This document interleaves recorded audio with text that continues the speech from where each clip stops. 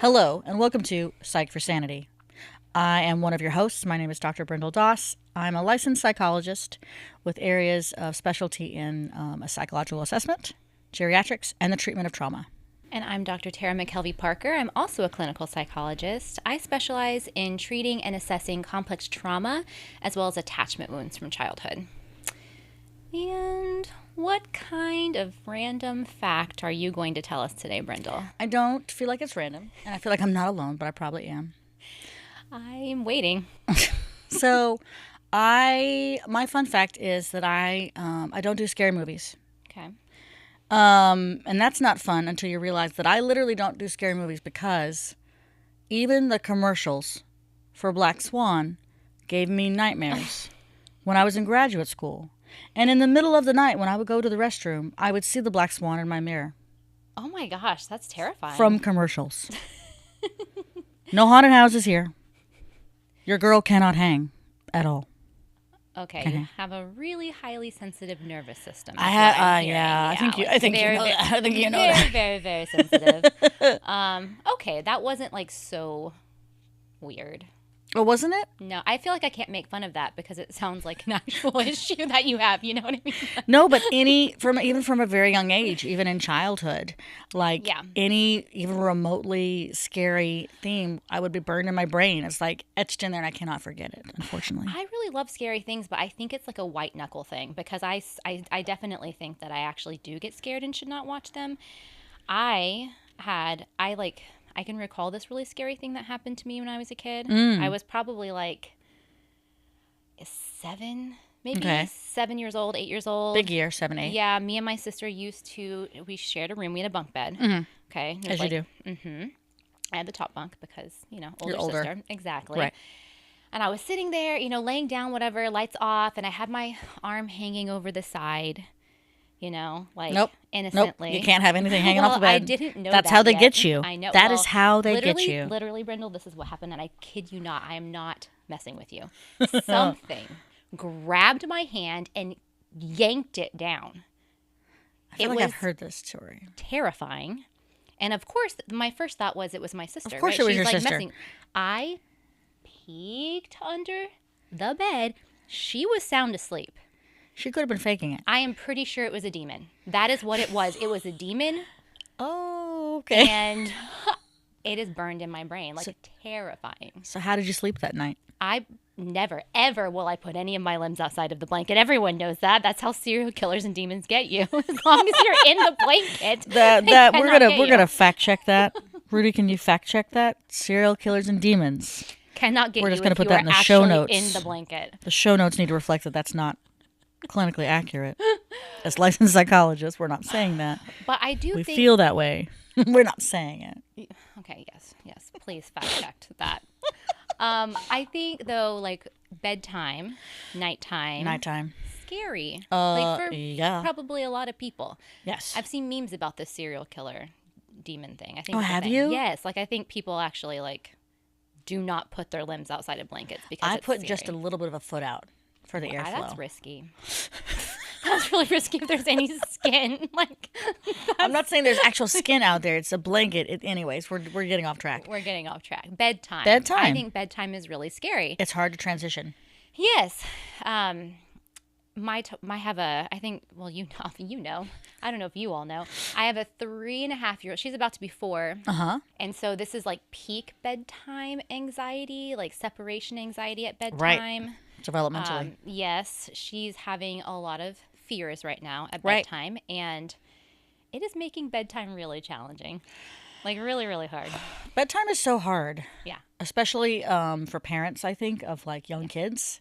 It's just, it feels like, so much of parenting, I feel like for certain ages is your kid's just trying to be a jerk on purpose. But that's not the case. Sometimes it really feels like it, though. Oh my Sometimes God, it really feels does, like it's but so much, but also it's not. I think not. it's really common for really anyone. There's I feel like when I work with parents, they're always coming in and saying oh, it's bedtime. When they just start talking, everything comes out, right? Or they get a second wind, or, they're having meltdowns. And it's all because bedtime is a separation period from parents. Right. So naturally, kiddos get anxious and dysregulated, and then that is why they have tantrums or they get more control. Like my toddler gets more controlling. Mine too. And she wants to do everything, and that's developmentally appropriate. Right. But at bedtime, when anxiety's high, and my anxiety's high because we're on a routine, or like I'm on a schedule. Right, we got and stuff my to do. rushing just pisses her off. Yeah. She does not like it. No. Well, and so she wants to be in charge. she wants to be in charge, and when she's anxious, she wants to be more in charge. And so we get into a lot of power struggles about little things like shutting doors, where she's like, she wants to shut the door, but she takes like 5 minutes to shut the door because she's dysregulated. And then I'm over here like, oh my God, if you don't shut the door, I'm going to lose my shit. like seriously. And also in the back of my head, I'm thinking, you want to play. She's like, can we play hide and seek? I'm like, okay, but like, and she doesn't understand. Like, if you don't get this done, we won't have time for hide and seek. Like, she doesn't have that brain. No. She's a 3.5-year-old. No, yeah, but also, and then they're like, okay, you have 3 minutes to play. Okay, you have 2 minutes to play. Okay, you have a minute, and they haven't started playing yet. Oh my God, that happens Lord a lot. bless, about to lose my bananas. The timer is really helpful. I do like to use the timer. Mine doesn't like it. She does not My like 4-year-old feels really agitated with the timer, I feel like. Okay. But sometimes we still utilize it and say, hey, we're going to have to use a timer, or hey, we're going to have to count. Yeah. You know what I mean? Yeah, yes. Penelope loves the timer, but she will, like, if, she has like a snack, we have a routine. I do think, to head off dysregulation, it is very helpful to have a routine. And when things are more intense, like I know right now there's a more intensity with Penelope. Yes. I try to build in just a little bit more time into the routine for these kinds of things. Yeah. So I can be patient when she needs to do the thing. Right. Right. So we use the timer. She likes it, but she will, like, if I give her 5 minutes for her bedtime snack, which is usually a yogurt, that's like her thing, she will wait until 4 minutes and 55 seconds to start eating it. Cram it in. Yeah, and then she legitimately will fill her mouth with yogurt and then be sipping it all the way to the trash can and look at me like, I'm like, put it in the trash can. Put it in the trash can now. My 2.5-year-old has figured out how to delay bedtime as well. He's very successful. Uh-huh. And he is not fully potty trained, but he does pee in the potty. Uh-huh. And occasionally, he calls it farting. He doesn't call it pooping. I don't know why. He's like, I have to fart. And he'll literally, like, I'll literally just put on the nighttime diaper. And he's like, I have to fart. And I'm like, you don't have to fart. You just left farting. And you didn't even actually fart. That's what it's all the stall tactics. I think stall they're tactics. really, really normal. Like, because they're trying to get you to stay in the room. Yes. Because they're needing extra cuddles, reassurance. Like, it's usually Right. like a separation anxiety thing. And it's really challenging to, like, meet the need, but also set a boundary. Right. Because I have, like, mild PTSD from when Penelope was a young baby and I was in her room helping, like, assist to sleep. Right. Often, like, I've got memories of sitting in dark rooms for hours, and I really resist, like, staying in the room to like sleep with her, like stay with her. It like is really hard for me. Right. And research shows that's not necessarily, it works for some people. Yeah. But it might not work for all parents. Right. So I'm always like, okay, like, how do I give this reassurance and sort of extra affection, but also, like, I cannot, like, be tied to the room and stay until she falls asleep kind of thing. It really triggers me. So, like, I think there's the actual separation piece. Right. There's a how to manage stall tactics, What's the best stall tactic you've heard? Professionally or personally? What's the best stall tactic I've heard? Mostly Penelope talks about how, common normal things, monsters or, a lot of times she'll say, Mommy, I want to tell you something. I'm like, what? She's like, I don't know. Yeah, she likes to do my that. son does that. He's like, I have idea. And I'm like, what's your idea? I don't know.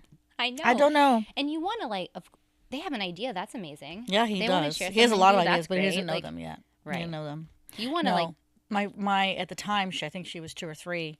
One time she told me, I have to go see about Grandpa because Grandma's not doing well. And I'm like, all day. And it's hard because at the time, she's very, like, convincing about certain things. And I'm like, so I fell for it. Like, what do you mean Grandma's not? And she's like, well, let me tell you. Just like that. Yeah. Wow. Just segued into how grandma was. And then but you can tell when she's like obviously fibbing because she's like smiles really big. Yeah, grandma's not doing good. Grandma's doing really, really bad. So that's the best one I've heard, that she had to go drive to grandpa's house somehow. I don't know how she was going to drive. We didn't get that far. You didn't let her? No, I didn't let her go drive to her Okay. grandpa's house I'm at just bedtime. making sure. That would not been in the routine. Right. So our routine, we also realized recently we had this issue because we, as you know, we've moved houses. Yeah. And we're trying to maintain that routine. And that's hard when you have life changes. It's hard when there's a transition. Seasonal changes even from school. Even seasons of times of the year. Seasonal changes, yes, just big transitions, and also developmental sort of, right? What are they called? Stages. Yeah, no, what do they call it? Like all the Leaps. time? Leaps.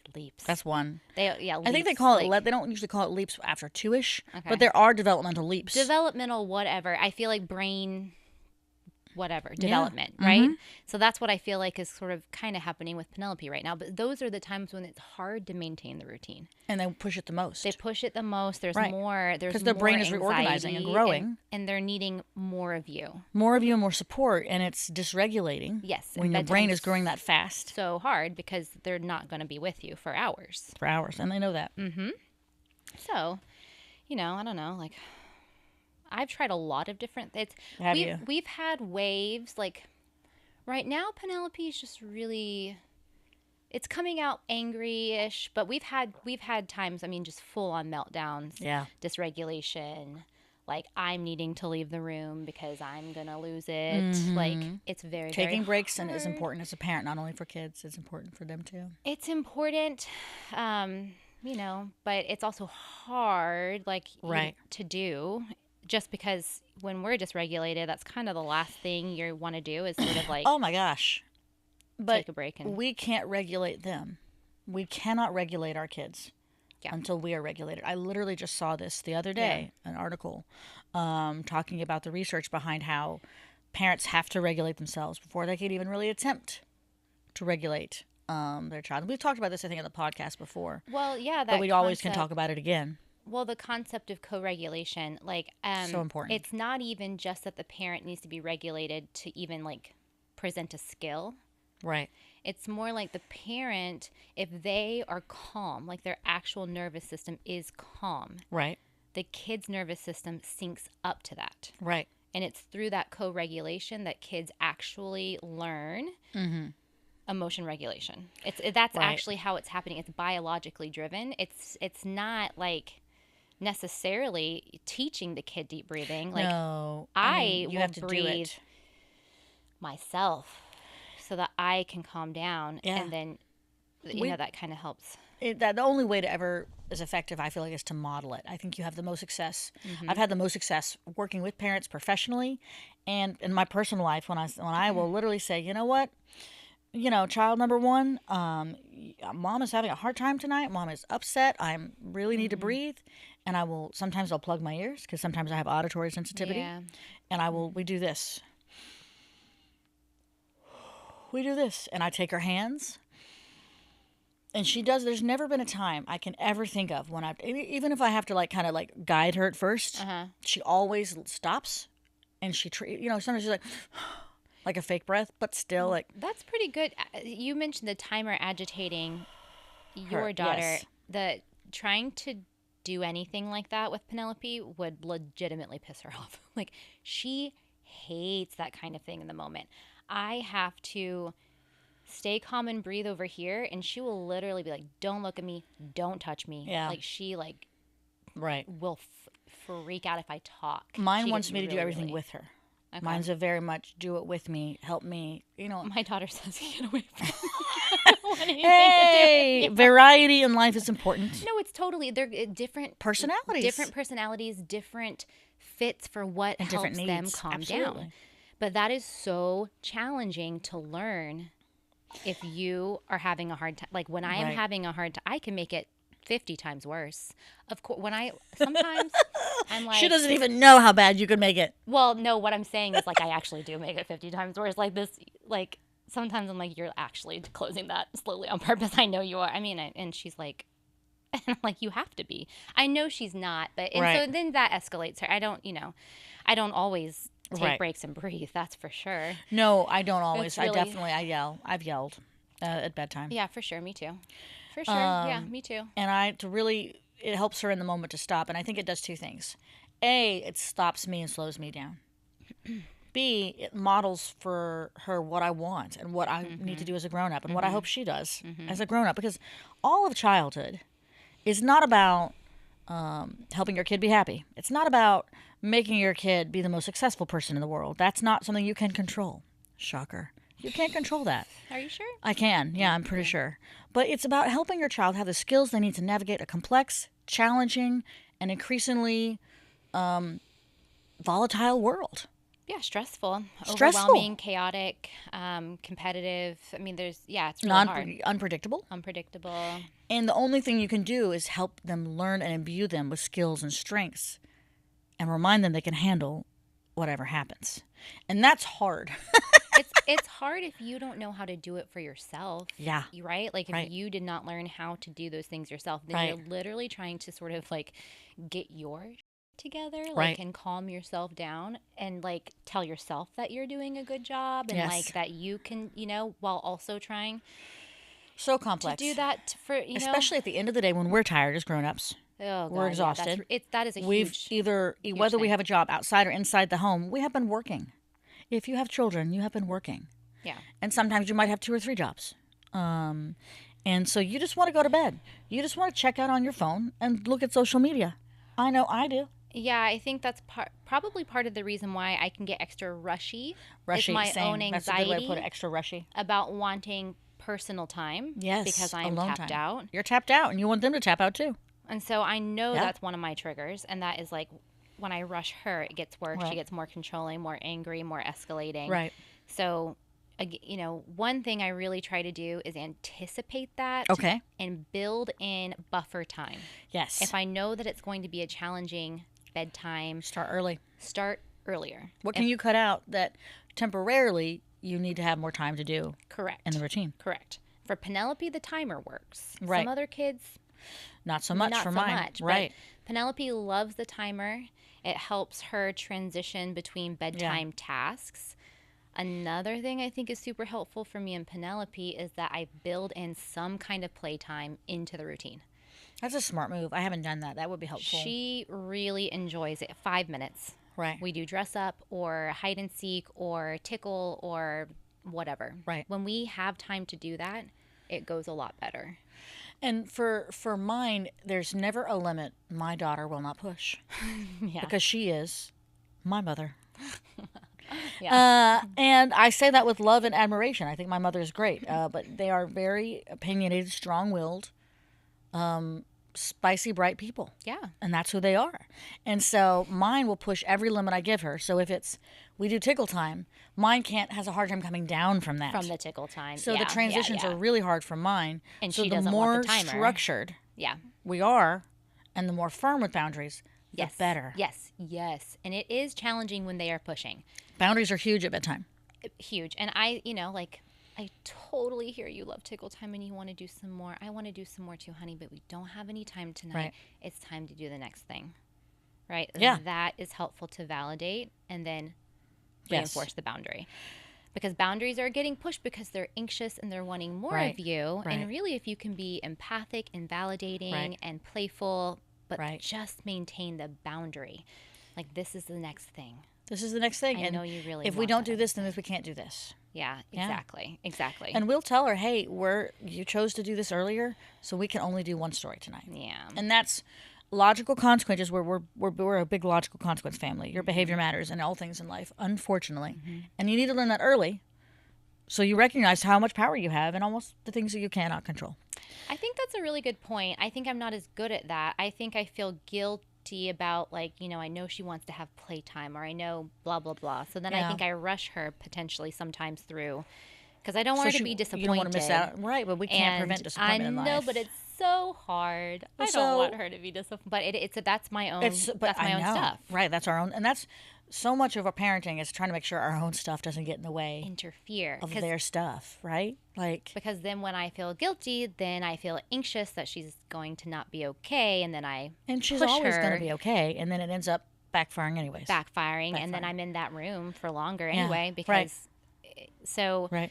So let's break it down from the beginning for people. So the Yeah. first thing I think that we're talking about, how to help, right? How to help yeah, with this how to mess of help bedtime. with bedtime. So you're that not is awake all scary. night. Yes, or and there frustrated and until they tired. fall asleep every single night. Right. Or having meltdowns when you're leaving the room every night. And everyone, or when you're going to your room and crying afterwards. We don't want that to happen either, right? I've done that. So the first step, I think, is having a routine. Having a routine, absolutely. A lot of times, I think what parents don't recognize is we don't treat our children with respect in the way that we think we do. We want them to be respectful, but we don't show them respect and give them respect. We don't model that. And one way you are respectful to your child is not to spring things on them last minute. If I am, Tara and I are work colleagues in this endeavor, and we're friends, if I just always last minute came to her and said, hey, we're doing this right now, we don't have a choice, she probably wouldn't like that very much. She wouldn't feel really respected. She wouldn't feel like her time and her opinion matters. And that would be dysregulating and frustrating to her. Yes, that is correct. So if you implement a bedtime routine, it's probably a good idea to talk about that. Not at bedtime, earlier in the day. We have one of those visual charts for Yeah. Penelope. It's just like you can get on Amazon. It has Velcro pictures. Visual of the is good for routine. kids. Sometimes she doesn't. A lot of times she doesn't need it, but when we're having a harder time, Yes. I pull it out, Right. and I show it to her, and that helps transition too. Helps transition. So whatever you do, find a routine that's going to work for you and your family, but don't implement that and say, by the way, we're doing this whole new thing this tonight, and this is how we're going to do it, and you don't have a say. You're going to get more buy-in from any kid that's even remotely verbal if you give them a say. Not saying that you're going to do what they say, but let them have a voice. Let them communicate their thoughts and feelings about the situation. Even if it's to say it's a stupid poopy head, let them say thank you so much for your feedback. We are not going to incorporate that. So now we know you don't like it, and we're still going to do it. Yes. So routine, I think there can be some flexibility in the routine just There has based to be. on the needs of the kids. So But that consistency element. consistency, coming like the through. same kind of same time frame, Right. same time, if as much as possible. Like this does not happen all the time for Penelope, but I do know then if we're not doing our routine, bedtime may be more challenging, Yep. and so I'm sort of anticipating that. Trouble. Like Parenting is easier when you know it's going to be like when you're expecting them to melt down, exactly, and you know it's normal and it's okay. and that it's not the end of the world. Yes. So kiddos are thrown off. Some kiddos, even more than others, are Right. thrown off when the routine is thrown off. I think Penelope is one of those. Mine is too. Yeah. Lately, I have, we always do the normal, Right. usual stuff in the routine. And I mentioned the playtime and timer. Mm-hmm. That works for us. Lately, I've been doing like a 5 to 10 minute little kids sleep meditation. Because we were having more dysregulated periods with Penelope where she was really freaking out. Right. I could feel it. Like she was so scared. Yeah. And I was having a hard time, honestly, like calming her down Sure. for a while. Right. I think she was obviously needing more connection and time with me. Sure. She was wanting me to stay in the room. Right. But I was trying to sort of figure out how do I do that but not lay here. Plus her bed situation's kind of hard. Well, it's meant for them. It's not necessarily meant for us. Exactly. Most children's beddings situation. So Yeah. Insight Timer, they have some kids meditations. That's a great app. Yeah, it's a great app to use. Isn't it free? There's a free version and a paid version. Yes. But there's a ton of kids ones, and I told Penelope, I told her we were going to start doing it in the routine, like you mentioned, like kind of give them an idea. I called it her story, and she helps me pick one, and we do lay then together and do it, and then we're practicing the breathing and all Right. the things, and then it has been so much better. Interesting. I just sort of built Well, that little cushion right. at the end of the routine.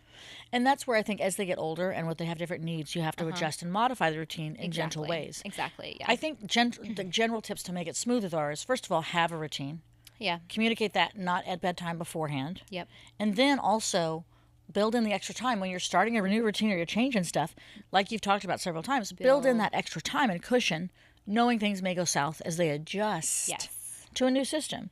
Additionally, And know that in that cushion, they're going to need more of you. So More of how you. can you anticipate that with some playtime or, some extra cuddle time or something, but put it in the routine and have a limit and boundary Right. around it. that's the last thing I think that would be a helpful tip for Yeah. people to take away from bedtimes. Yeah. And the challenges is saying no sometimes can be a good thing. It's a helpful tip because you want them to be able to fall asleep on their own. Yes.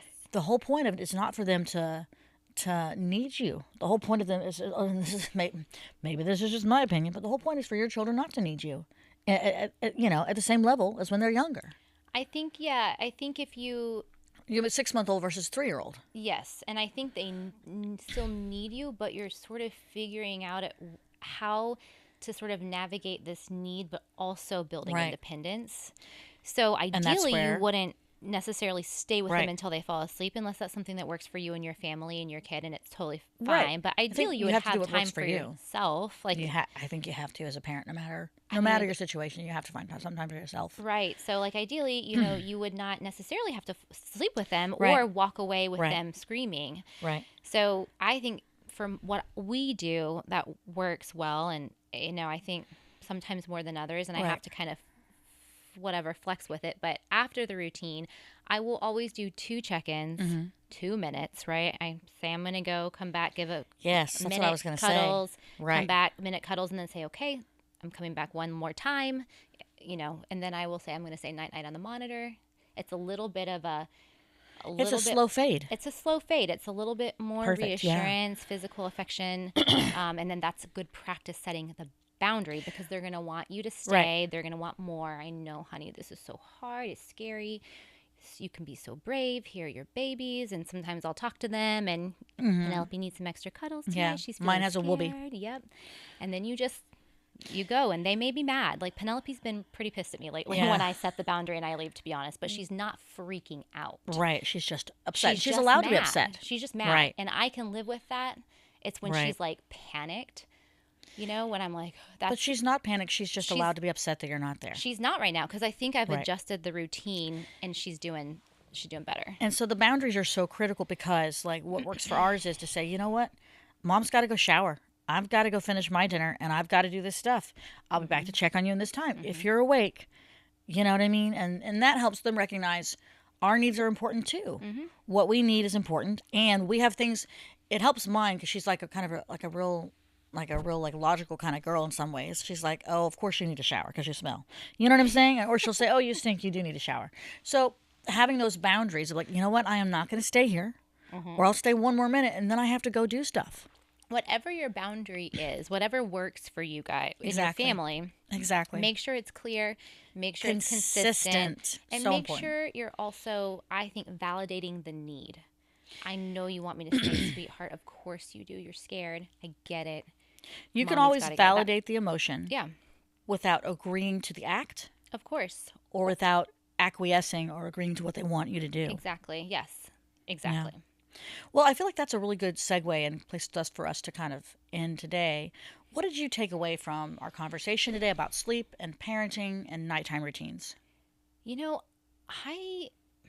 be honest, I'm feeling a little proud of myself after this session. I don't think I give myself enough credit. I agree with that. I told you already, I was chat GPTing how to be a better parent on the way here this Even morning. Psychologists. It did feel rough last night with Penelope and this morning.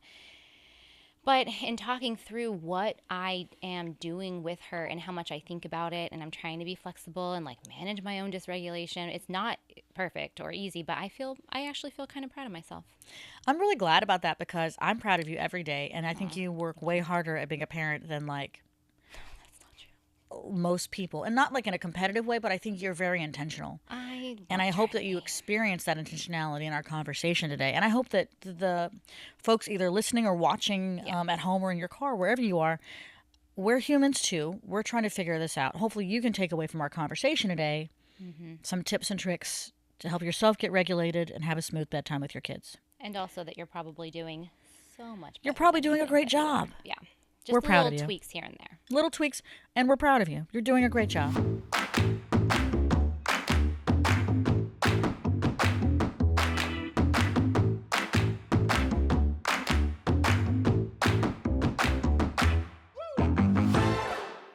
This podcast is intended for informational and educational purposes only, and is not a substitute for therapy, diagnosis, or any kind of professional mental health treatment. We hope that we can share with you our experience authentically and genuinely, and we hope that occasionally we'll make you laugh. Maybe you can relate to our quest and how we're psyched for sanity.